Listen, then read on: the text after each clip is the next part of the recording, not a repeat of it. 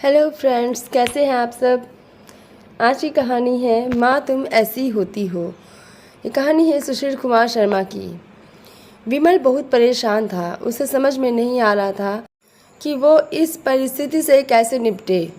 वो अपनी माँ को बहुत चाहता था, किंतु उसकी पत्नी और बच्चे उसकी माँ से बहुत दूर भागते थे, क्योंकि उसकी माँ की एक आंख नहीं थी, साथ ही उसकी कमर भी 90 अंश पर झुकी थी। वैसे वह अपना काम सब खुद कर लेती है, किंतु फिर भी वो उसकी पत्नी और बच्चों के लिए हमेशा खटकती है। दादी, आप ऊपर के कमरे में जाओ, मेरे दोस्त आ रहे हैं, विमल के बेटे अखिल ने बड़ी बेरुखी से कहा। पर बेटा, मैं तो यहाँ बहुत दूर बैठी हूँ, विमल की माँ ने बहुत प्यार से कहा। नहीं, आप उनके सामने मत रहो, वो मुझे चिढ़ाते हैं, अखिल ने जोर से डांटते हुए कहा। क्या हुआ अखिल, क्यों चिल्ला रहे हो, विमल की पत्नी कामनी ने किचन से ही आवाज़ लगाई। देखो ना माँ, ये दादी यहीं ड्राइंग रूम में बैठी हैं और मेरे दोस्त आ रहे हैं, अखिल ने शिकायत भरे लहजे में कहा। माँ जी, आप ऊपर चली जाओ, क्यों हम लोगों को लजवाती हो, कामनी ने बेटे का पक्ष लेते हुए कहा। बेचारी सरस्वती चुपचाप उठकर जीने के सहारे ऊपर जाने लगी। कमर झुकी होने के कारण उन्हें ऊपर चढ़ने में बहुत परेशानी हो रही थी, किंतु वो पूरी ताकत से ऊपर के एक अकेले कोने वाले कमरे में जाकर बैठ गई। विमल बाजू के कमरे से सब सुन रहा था। उसे कष्ट हो रहा था कि उसकी माँ को अपमानित होना पड़ रहा है, किंतु वो असहाय था। अगर वो कुछ कहता तो पत्नी और बच्चे उसका विरोध करने लगते। दूसरे उनके तर्क भी सही लगते हैं। चूँकि वो एक प्रशासनिक अधिकारी था, उसका सामाजिक स्तर बहुत ऊंचा था। उसकी ससुराल भी एक उच्च घराने में थी, अतः वह चुपचाप इस तरह हर दिन अपनी माँ को अपमानित होते हुए देख रहा था। रात को विमल की पत्नी ने कहा, देखो जी, अब कुछ करो। कल कलेक्टर साहब की पत्नी आई थी। माँ जी अपनी देसी धुन धारा में उनसे मिली।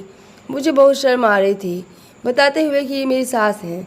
मैंने कह दिया कि दूर की रिश्तेदार हैं, इलाज कराने आई हैं। विमल को रोना आ गया, किंतु फिर भी वह चुप रहा। उसे समझ में नहीं आ रहा था कि वो क्या करे। अपने बेटे की मनः स्थिति को सरस्वती अच्छी तरह से जानती थी और बेटे को कोई कष्ट न हो, इसलिए वो हर बात चुपचाप सह लेती थी। विमल बहुत उदास रहने लगा। एक तरफ परिवार और सामाजिक स्तर पर जीने की प्रतिबद्धता थी, तो दूसरी ओर माँ। आखिर माँ से अपने बेटे की यह हालत नहीं देखी गई। एक दिन उसने अपने बेटे से कहा, विमल, बहुत दिन हो गए हैं, मैं अपने गांव जाना चाहती हूँ, मुझे वहाँ पहुँचा दो, मेरा यहाँ मन नहीं लग रहा है। किंतु माँ, वहाँ तो कोई नहीं है, तुम्हारी देखभाल कौन करेगा, विमल ने आश्चर्य से पूछा। अरे, सब गांव वाले तो हैं, और वो तुम्हारे मामा जी तो उसी गांव में रहते हैं, और फिर हम सारी व्यवस्थाएं कराएंगे ना। कामनी को तो जैसे मन की मुराद मिल गई हो। हाँ बेटा, बहुत सही कह रही है, सरस्वती ने लंबी सांस लेते हुए कहा। विमल जानता था कि गांव में माँ की देखभाल करने वाला कोई नहीं है, लेकिन अपनी पत्नी की जिद के कारण वह अपनी माँ को गांव छोड़ने पर विवश हो गया। माँ को गांव छोड़कर आते वक्त उसे रोना आ रहा था तथा अपनी बेबसी पर गुस्सा भी आ रहा था, किंतु परिवार, पत्नी और समाज ने उसके इन मनोभावों को दबा दिया और वो सुकून सा महसूस करने लगा। कुछ दिनों बाद उसके चाचा, जो अमेरिका में रहते थे, आने वाले थे। जब विमल बहुत छोटा था, उसके पिता जीवित थे, तब वो भारत आए थे, और उसके बाद वो अब भारत आने वाले थे। पूरा परिवार और आस पड़ोस बहुत उत्साहित था। अमेरिका से विमल के डॉक्टर चाचा आ रहे थे।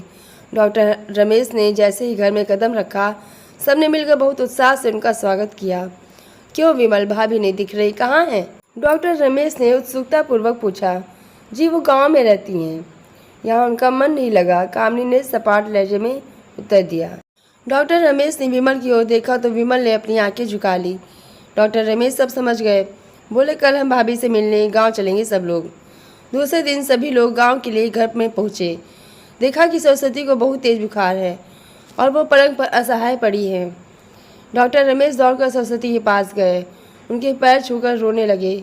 सरस्वती की हालत उनकी कल्पना से परे थी। वाह बेटा विमल, तूने तो नाम उजागर कर दिया। अपनी माँ की ये हालत देखकर तुझे तो शर्म भी नहीं आ रही होगी, डॉक्टर रमेश ने विमल को लगभग डांटते हुए कहा। नहीं देवर जी, विमल का कोई दोष नहीं है, मैं खुद गांव आई थी। सरस्वती ने अपने बेटे का बचाव किया। मुझे सब पता चल गया भाभी, आप चुप रहो। क्यों बहू, तुम्हें अपनी सास की कुरूपता पसंद नहीं है? समाज में तुम्हें नीचा देखना पड़ता है। है ना? डॉक्टर रमेश ने कामिनी की ओर व्यंग्य से देखा। कामिनी निरुत्तर होकर विमल को देखने लगी। आज तुम जिस सामाजिक स्तर पर हो वो इन्हीं के संघर्षों की देन है। और बेटा विमल, तुम्हें शायद मालूम ना हो कि बचपन में जब तुम 1 साल के थे तब छत से नीचे गिरने के कारण तुम्हारी एक आंख फूट गई थी और तुम्हारी रीढ़ की हड्डी में भी समस्या थी। तब तुम्हारी इसी कुरूप माँ ने अपनी एक आंख और अपना बोन मेरो तुम्हें देकर इतना सुंदर स्वरूप दिया था। कामिनी बेटा, इतने सालों तक संघर्ष करके बेटे को प्रशासनिक अधिकारी बनाने वाली इस संघर्षशील औरत की तुम लोगों ने यह दशा कर दी।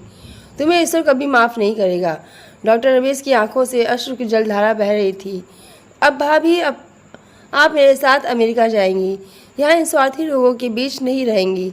डॉक्टर रमेश ने सरस्वती से कहा। विमल को तो काटो तो खून नहीं था। डॉक्टर रमेश जो उसके चाचा थे, उन्होंने जो राज बताया उसके बाद तो विमल को यही लग रहा था कि उससे ज़्यादा पापी इस दुनिया में कोई और है ही नहीं।